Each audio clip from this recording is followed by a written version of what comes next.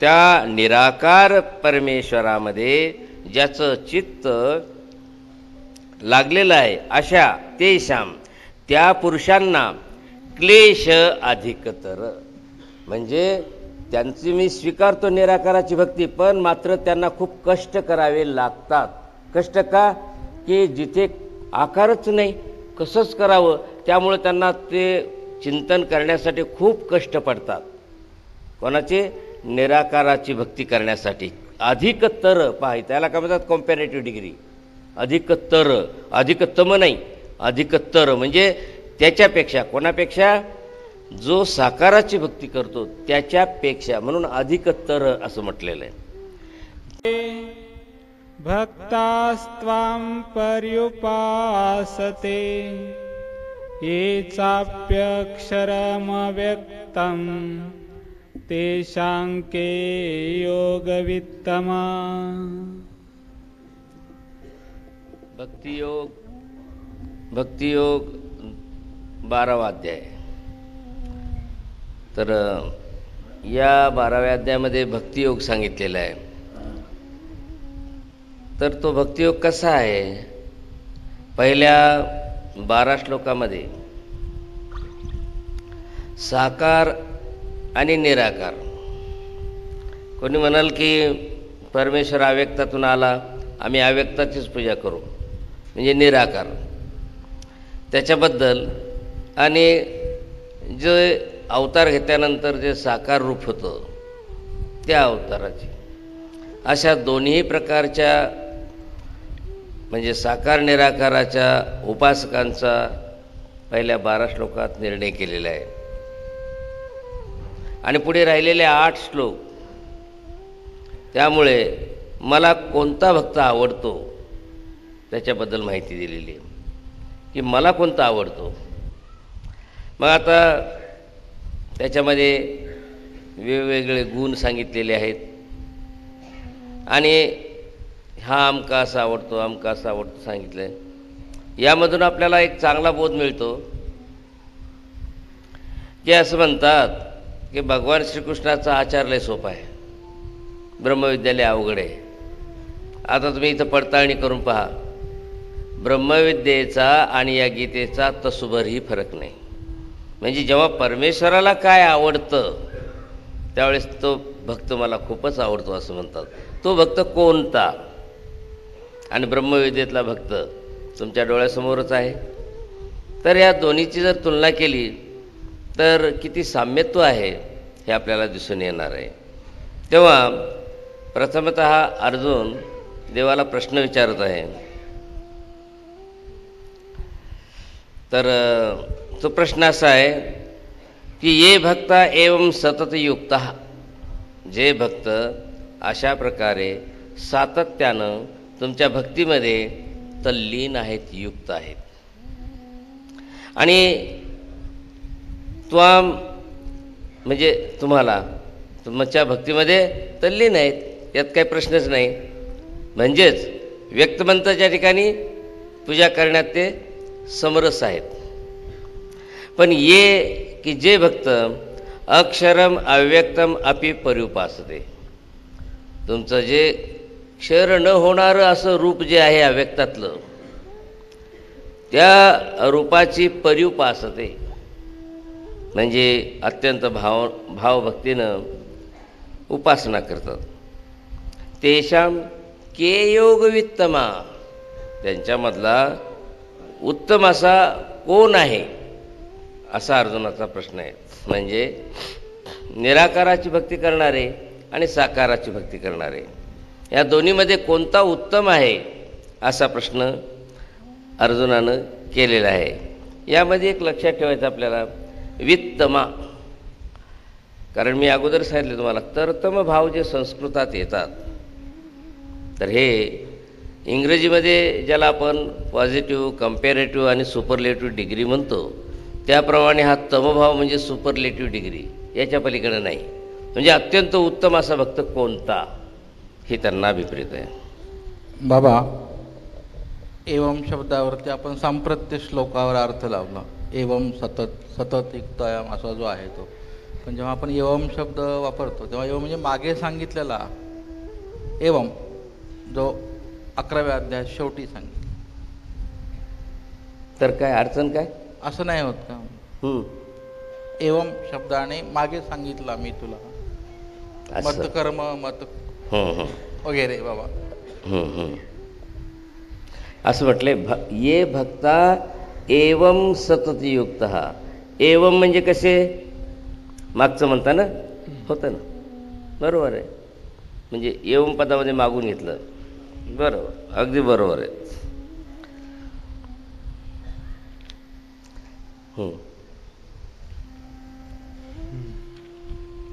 श्री भगवान उवाच मय्यावेश्य मनो ये मां नित्ययुक्ता उपासते श्रद्धया परयोपेतास ते मे युक्ततमा मता. आणि मयी मन आवेश्य काय म्हटलेलं आहे की जो मयी माझ्यामध्ये, कारण हे मयी आवेश्य आहे ना, तर मयी आवेश्य असं रूप आहे ते, म्हणून मयी आवेश्य म्हटलेलं आहे.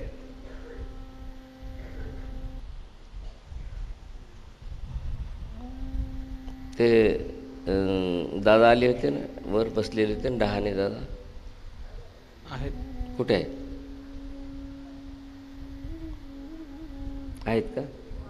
या म्हणा, वर बसा म्हणा.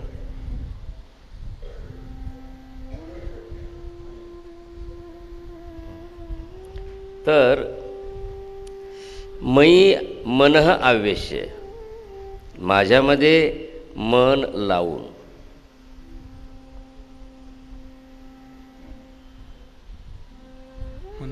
नित्ययुक्ता उपासते.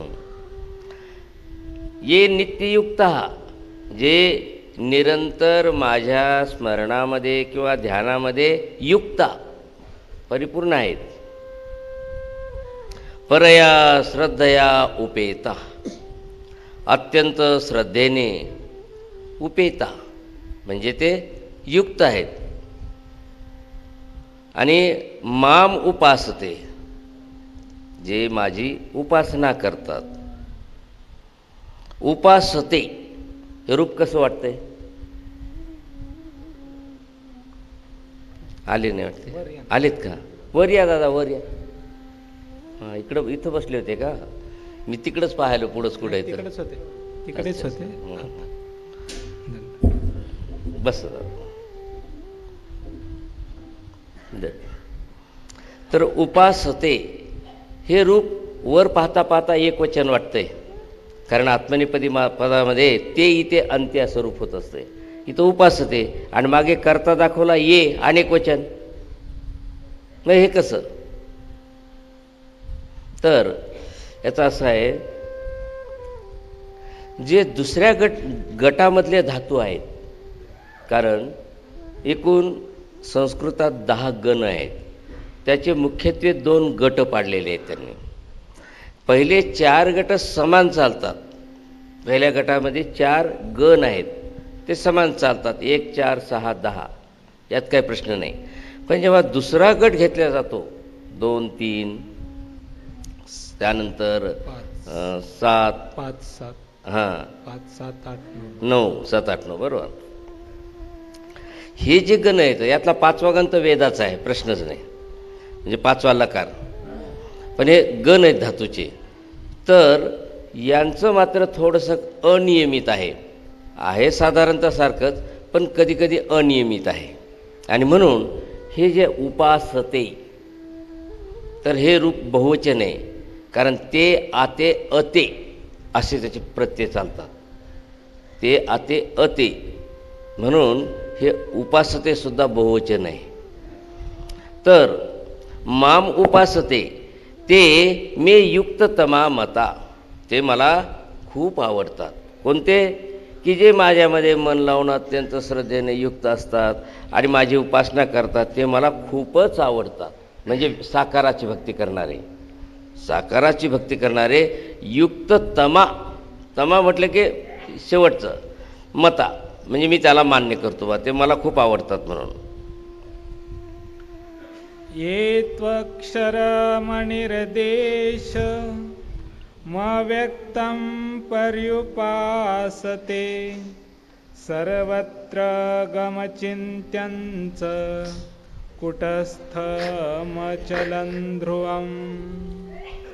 पुढे सन्नियमेन्द्रिये ग्रामं सर्वत्र समबुद्धय ते प्राप्नुवन्ति मामेव सर्वभूतहिते रता.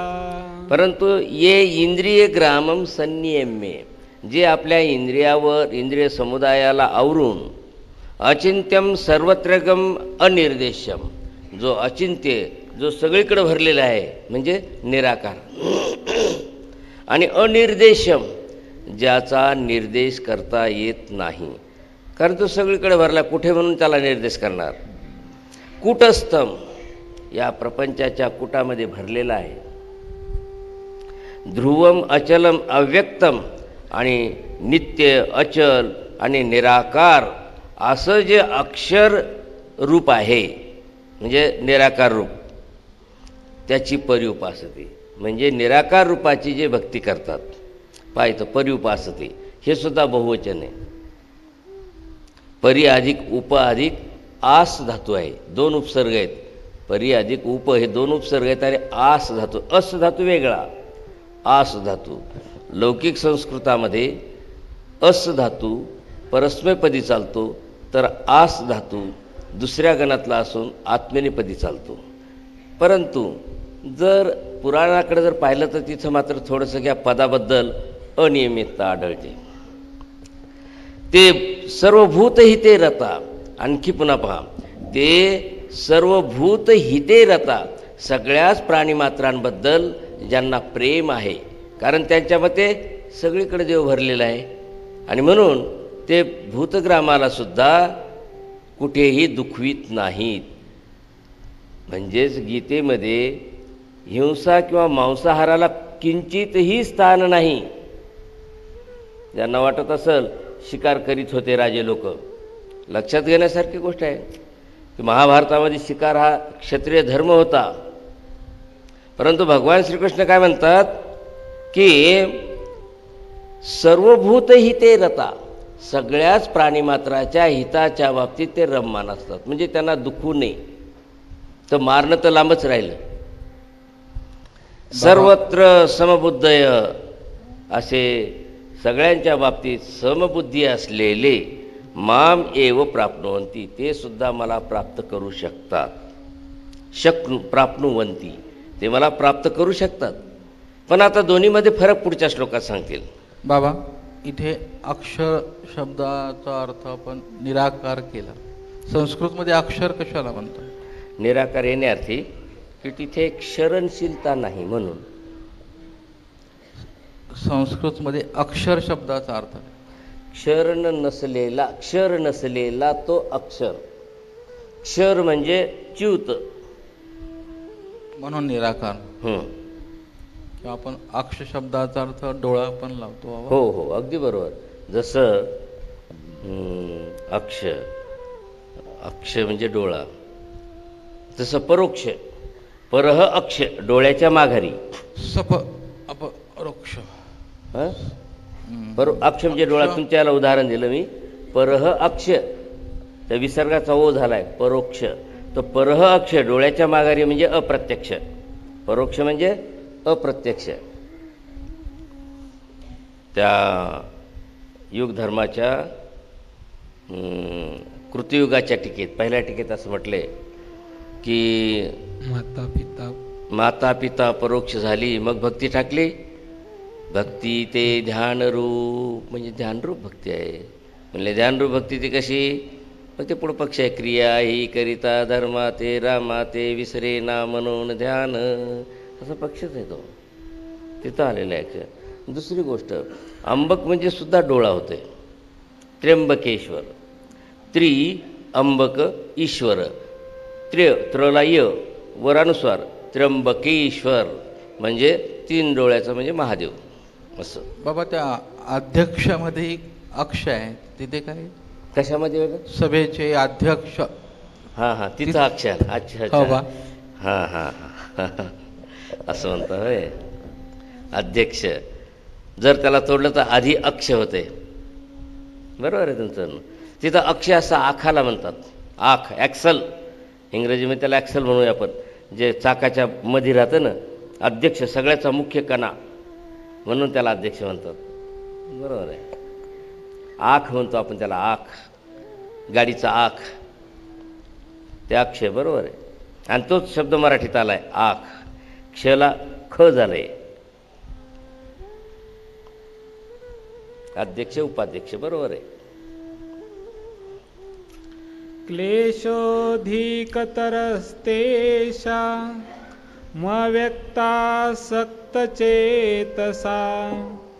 अव्यक्ता हि गतिर्दुःखं देहवद्भिरवाप्यते. आणि अव्यक्त असक्त चेतसाम तेषाम म्हणजे त्या निराकार परमेश्वरामध्ये ज्याचं चित्त लागलेलं आहे अशा तेषाम त्या पुरुषांना क्लेश अधिकतर, म्हणजे त्यांची मी स्वीकारतो निराकाराची भक्ती, पण मात्र त्यांना खूप कष्ट करावे लागतात. कष्ट का? की जिथे आकारच नाही, कसंच करावं, त्यामुळे त्यांना ते चिंतन करण्यासाठी खूप कष्ट पडतात. कोणाचे? निराकाराची भक्ती करण्यासाठी. अधिकतर पहा, त्याला काय म्हणतात? Comparative degree.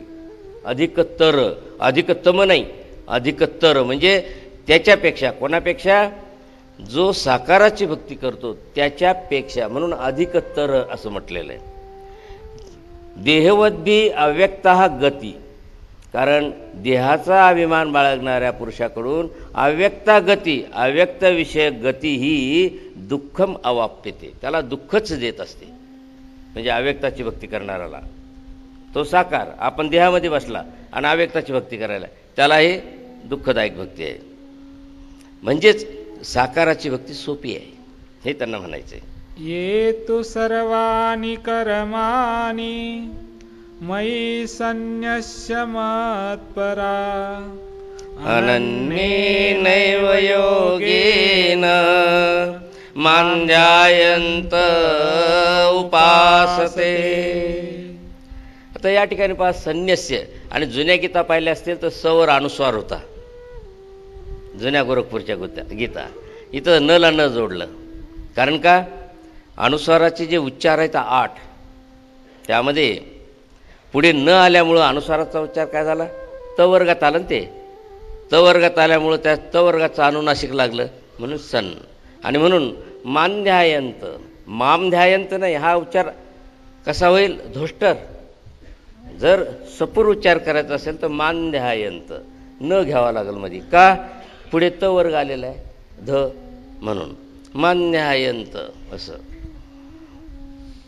तर काय म्हटलं त्यांनी? तू मत्परहा ये सर्वाणी कर्माणी मयी संन्यस्य. परंतु जे मतपरायण झालेले आहेत, जे सगळे कर्म मला अर्पण करून माम एव अनन्येन योगेन, अगदी एक निष्ठ भक्ती योगाने ध्यायंतः उपासते, चिंतन करीत करीत उपासना करतात. म्हणजे परमेश्वराला अनन्य भक्तीची तर गरजच आहे, पण अनन्य कोणाची करत बसतील? म्हणून म्हणतात तसं नाही. मत्परहा, माझ्यामध्ये परायण झालेला, आणि सर्वाणी कर्माणी संन्यस्य, सगळे कर्म माझ्यात अर्पण करून. कारण मागे म्हटलेलं होतं की यत करोशी यदश्नासी यत जुहोशी ददासी यत तपस्येसी कौंतेय तत्कुरुषो मदर्पणम. जे करतोस, खातोस, पितोस ते मला अर्पण कर. आणि म्हणून ते सुद्धा मलाच भजतात. कोण? की जे सगळे कर्म मला अर्पण करून मतपरायण होऊन अनन्य भावानं माझं ध्यान चिंतन करतात, ते सुद्धा माझीच उपासना करतात. हे सगळे बहुवचन आहेत. आस धातू दुसऱ्या गणातले असल्यामुळे इथं न दिसत नाही. बाबा, मयी संन्यास म्हणजे हा कसला संन्यास आहे? कशा प्रकारचा? संन्यास्य म्हणजे इथं अर्थ आहे अर्पण करू. बाबा संस्कृतमध्ये संन्यास शब्दाचा अर्थ सांगा. संन्यास शब्दाचे दोन अर्थ होतात. एक चांगल्या प्रकारची ठेव,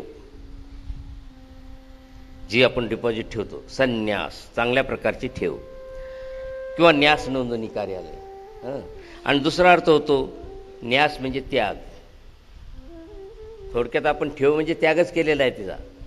न्यास म्हणजे त्याग आणि संन्यास सम्यक प्रकारे न्यास म्हणजे त्याग. आणि मग एकंदरीत त्या शब्दाचा आशय मिळून संन्यास म्हणजे आपण म्हणतो संन्यास घेतला. ही जे आपण जे लावतो अर्थ, हे कसं असतं की याला काही शब्दाचा उपजत अर्थ घ्यायचा असतो, काही शब्दाचा की जो समाजात रूढ आहे त्यावरून हे व्याकरण बनवतात. कारण आधी व्याकरण नाही, आधी भाषा आहे. आधी भाषा आहे, त्यातून त्या भाषेचा माध्य निवडून त्याच्यावर व्याकरण चालतं आणि म्हणून अपवाद सापडतात. जसं ननुसरती, मग एक अनुसरती एक ननुसरती. अरे ननुसरती का नानुसरती का नाही होत? इथं पाणिनीचं व्याकरण कमी पडतं.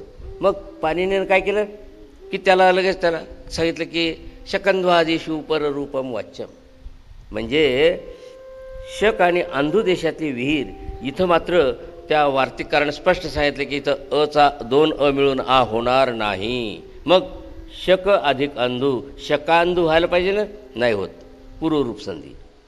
म्हणजे पाणिनीच्या व्याकरणाला शह देणारे वार्तिककार आहेतच.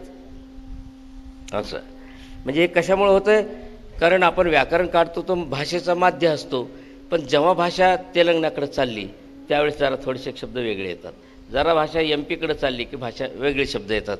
म्हणजे याच्यामुळं पण मात्र माध्यावरच आधारित व्याकरण राहतं.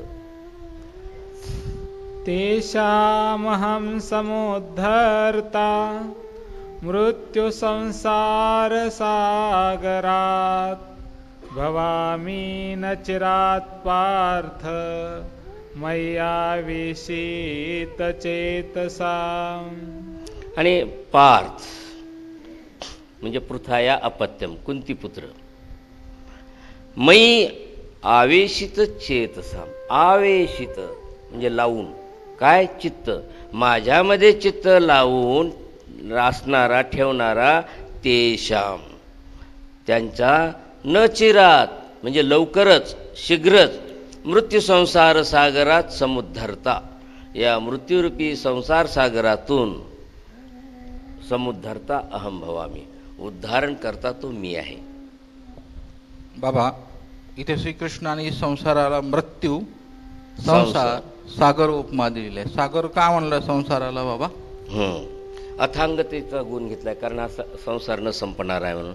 आणि हे कसं असतात, काही रूपक काही उत्प्रेक्ष अलंकार असतात, तर इथे त्यानं रूपक अलंकार घेतलेला आहे म्हणून सागराशी त्याचा असा संबंध जोडून घ्यावा लागतो. आणि परत मृत्यू विशेष आणखी विशेषण दिलं म्हणजे मृत्यू. मृत्यू म्हणजे जिथे मरणशील प्राणी आहेत अशा, कारण मरणशील प्राण्याचाच संसार आहे आणि त्याचा हा सागर आहे. म्हणजे संसार रूपी सागर.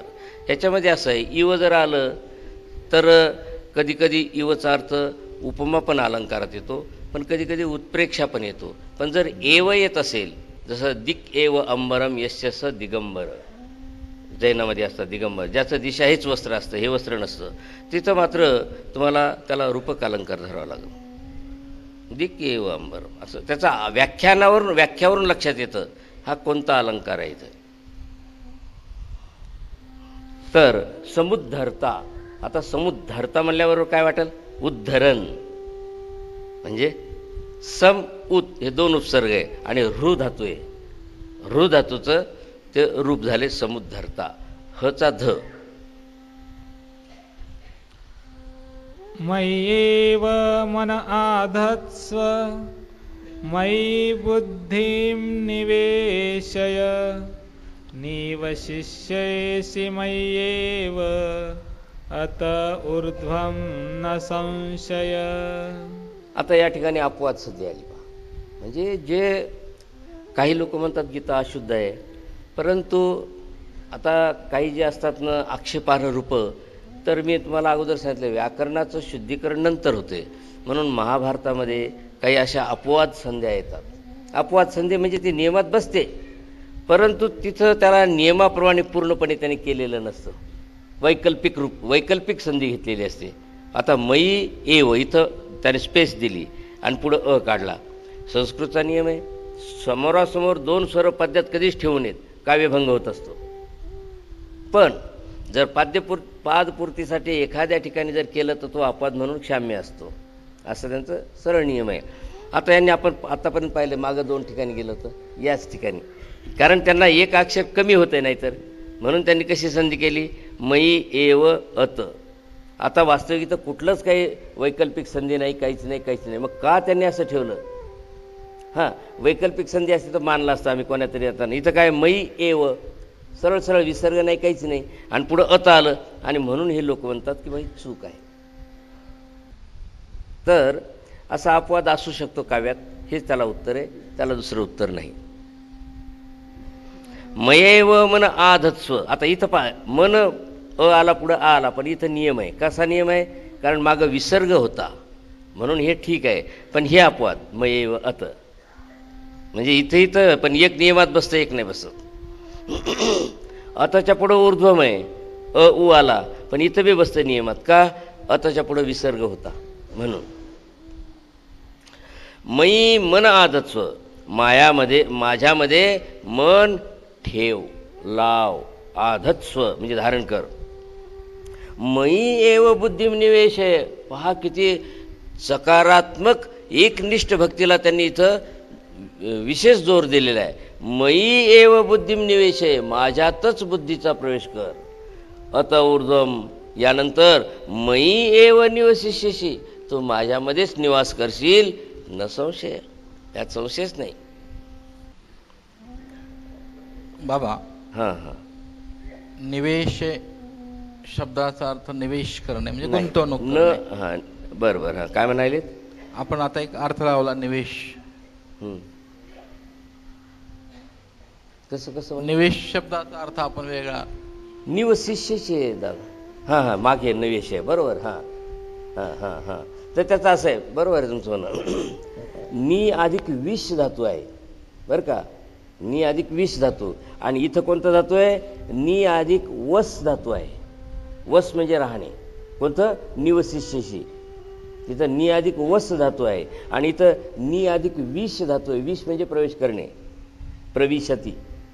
तर ते नि विष, आणि पुढे त्याला त्याने काय केलं, त्याने 10व्या लकारातला धातू असल्यामुळे त्याला नीच प्रत्यय लागून निवेशय म्हणजे आज्ञार्थ द्वितीय पुरुष एकवचन किंवा मध्यम पुरुष एकवचन. कारण संस्कृतमध्ये मध्यम पुरुष म्हणतात, मराठी व्याकरणात त्याला द्वितीय पुरुष म्हणतात. असं